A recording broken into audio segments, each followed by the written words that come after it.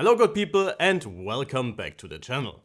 This is the all-new Razer Blade 16 in its top-of-the-line configuration. And not only does it come with the absolute best available from both Intel and Nvidia, but it also comes with freaking 2 displays. Well, kind of. But let's start at the beginning. While Razer usually tried to walk the fine line between a thin chassis and still adequate performance, the new 60-inch variant is a proper laptop. It is still portable enough and all the extra height helps to accommodate some seriously powerful hardware. While all Blade 16s come with Intel's i9-13950HX, this one right here features Nvidia's top dog, the laptop RTX 4090, running at 175 watts. Alongside the CPU and GPU, this powerhouse is equipped with 32 GB of DDR5-5600 RAM and two 1TB SSDs. Apparently all of this wasn't enough for Razer to set the Blade 16 apart from the competition, since they added what might become the gold standard for displays as well. While we have seen a dual spec display in last year's ROG Zephyrus 16, the Razer variant is adding a mini LED backlight to the mix. And guys, this display is almost perfect, but more on that later. While the new Blade 16 picked up a lot more heft compared to the 15-inch variant for example, it is still a Razer through and through, and is still a lot sleeker than competing laptops like the Legion Pro 7. It sports the same matte black super clean aesthetic Razer is known for, which is only hindered by the ridiculous amount of fingerprints you will have on this one after just looking at it. Build quality is still amongst the best in the business, and while the Blade is heavy, it's extremely sturdy all around the chassis. Regarding ports, apart from the missing network check, there's hardly anything missing we would come to expect from a high-end gaming workstation in 2023. On the left you can find Razer's proprietary charging port, two USB-A 3.2 Gen 2s, a Type-C of the same standard and the audio combo port. On the right, the Blade offers a full-size SD card reader with high-speed transfer rates, an additional USB-A, Thunderbolt 4 Type-C and HDMI 2.1. While you have to remember that only the right-hand side USB-C is actually Thunderbolt capable, both support power delivery with up to 100 watts and can carry a DisplayPort signal. Wi-Fi performance for your next game downloads offers no reason to complain and provides fast and stable transfers throughout our testing. By the way, if you want to read up on the new Blades or dive deeper into anything I am talking about, I will link our written reviews in the caption below. Getting inside a powerful gamer is easy enough, and Razer lets you access the stacked NVMe SSDs, 2 memory slots and the Wi-Fi card. While some high-end gaming notebooks have mechanical keyboards this year, the Blade comes with traditional membrane switches. While they offer decent actuation and tactility, travel distance is insanely shallow. Personally, it took me quite a bit longer than usual to get used to this one, since it feels like you are typing on an almost flat surface. The touchpad on the other hand offers absolutely no reason to complain. With its huge glass surface, navigating around the OS is a breeze, and while the haptic feedback might be a bit mushy for some, I actually like the slightly more subdued clicks. Alright folks, let's get to one of the first highlights of this configuration, the 16-inch 16x10 4K mini LED display. Or well, the Full HD mini LED display. Yep my friends, this panel can do both. While it requires a restart, it is completely up to you if you want to run your Blade in 1920 by 1200 at 240Hz or in 3840 by 2400 at 120. While the Full HD image looks quite a bit fuzzier than even a native panel alongside the super crispy native 4K mode, it is still very nice to have this option if you play a lot of competitive shooters but do not want to miss out on the higher res when working in creative apps for example. The overall specs, apart from the dual mode feature, are impressive as well. While above 1100 nits in HDR is already awesome, almost 730 nits in SDR must be a new record in our database. Combined with super deep blacks and high color gamut coverage throughout, you will hardly find a lot of reason to complain about the Blade screen at all. Unfortunately, it's more the software side of things holding back the Blade 16. While it comes calibrated from the factory, that profile has to be selected manually and drops the brightness by around 100 nits. Using the standard Windows profile unfortunately shows very high color deviations, making manually calibrating absolutely necessary should you want to use the Blade 16 for color critical work.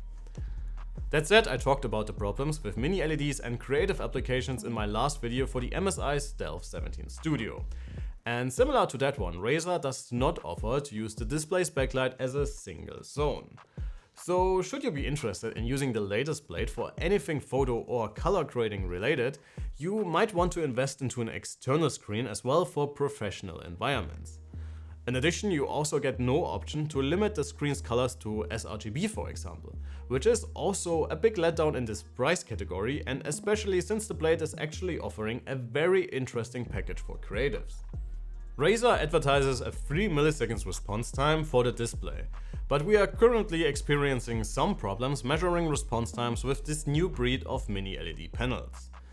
The PWM flickering, while sufficiently high not to cause problems should you be sensible towards it, also affects our response time measurements, resulting in much higher numbers. That said, there was no perceivable ghosting even in fast games, making this display a decent choice for shooters. We are currently investigating the whole situation and trying to come up with a solution to clarify our measurements in the future. Alright my fellow gamers, let's talk performance. In the CPU department, the Blade 16 comes with Intel's high-end i9-13950HX. This absolute unit of a mobile CPU comes with 8 performance cores that support hyperthreading and 16 efficiency cores.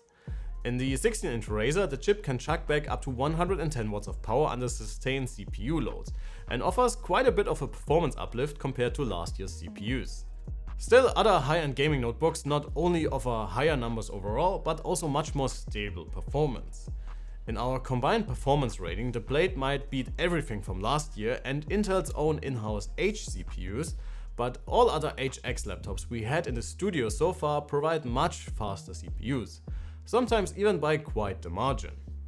Again, if you want to dive deeper into the CPU performance quirks for this one, make sure to head on over to our written review for all of our benchmark data and detailed power and temperature analysis.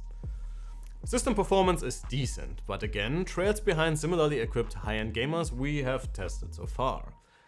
Drive speeds should be fast enough for the most common use cases as well, but as with other modern laptops, we have been able to observe some fluctuations under prolonged heavy use. Unfortunately, the same sort of behavior continues in the GPU department. While the Razer is of course no slouch, I mean it's a 4090 alright, it's only slightly ahead of its 4080 brother, and the 4080 in the ROG Strix G16 can even surpass the bigger Ada in the Blade 16. By the way, make sure to subscribe so you do not miss the review about this one coming really soon. This would theoretically make the RTX 4080 equipped Blade the much more sensible option, but unfortunately this one is not configurable with the dual mode display, since that panel is only available with the top of the line mobile Nvidia GPU or a 4070. Raw GPU grunt is not all though, and the 4090 delivers still insane results in our Blender benchmarks, easily keeping up with much faster 4090s in our database. And in general, the more generous video memory and additional CUDA, RT and Tensor cores will give you the edge in supported creative apps, which might make this one the much better option should you use your laptop more for work than for gaming. Speaking of gaming, of course the Blade 16 delivers. But again, other 4090 and even some 4080 equipped laptops like Lenovo's Legion Pro 7 and the before mentioned Strix G16 deliver better results in our combined performance rating. In more recent games and higher resolutions, the 4090 almost always has the edge compared to its smaller brother. But again, the Blade is not able to keep up with other high-end 4090 equipped laptops despite being rated for the same wattage. While this may sound rather negative, frame rates aren't everything, and if a couple of frames make a difference for you, well, that's for you to decide. In the end, the overall gaming experience for the Blade is simply amazing, especially with the stellar display. We tested a couple of games for you in 1080p, QHD and 4K, and while you take in all these numbers, please do not hesitate to hit that subscribe button, in case you haven't already. We do have some very interesting videos and reviews coming up in the future, and we would love for you to be around.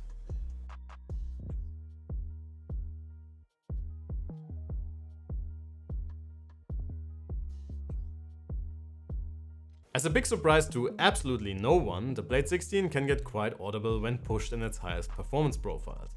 But it is considerably better than its competitors, and utilizing the balanced or silent profiles, if you are willing to sacrifice some performance or while working with less taxing tasks, will give you an even quieter experience.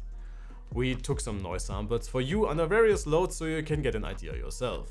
And as always, for exact measurements, please follow the links in the caption below.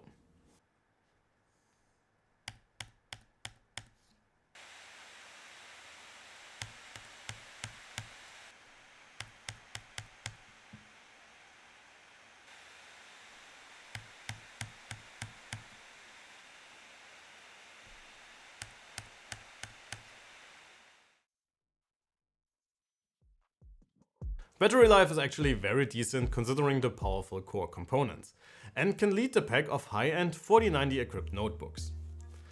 Alright folks, it is time to wrap this up.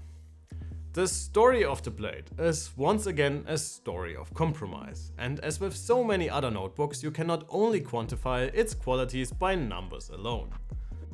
Yes, some, if not most competitors with similar hardware can outperform the Blade 16 on paper.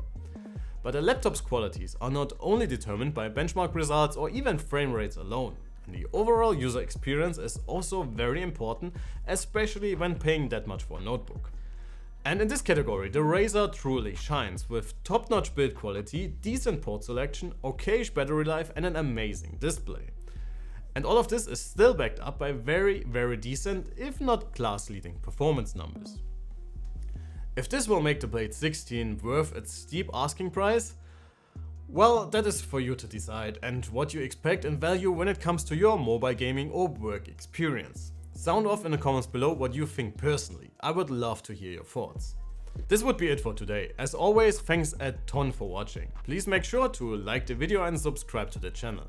My name is Alex, you have been truly amazing, and I cannot wait to see you all in the next one. Take care.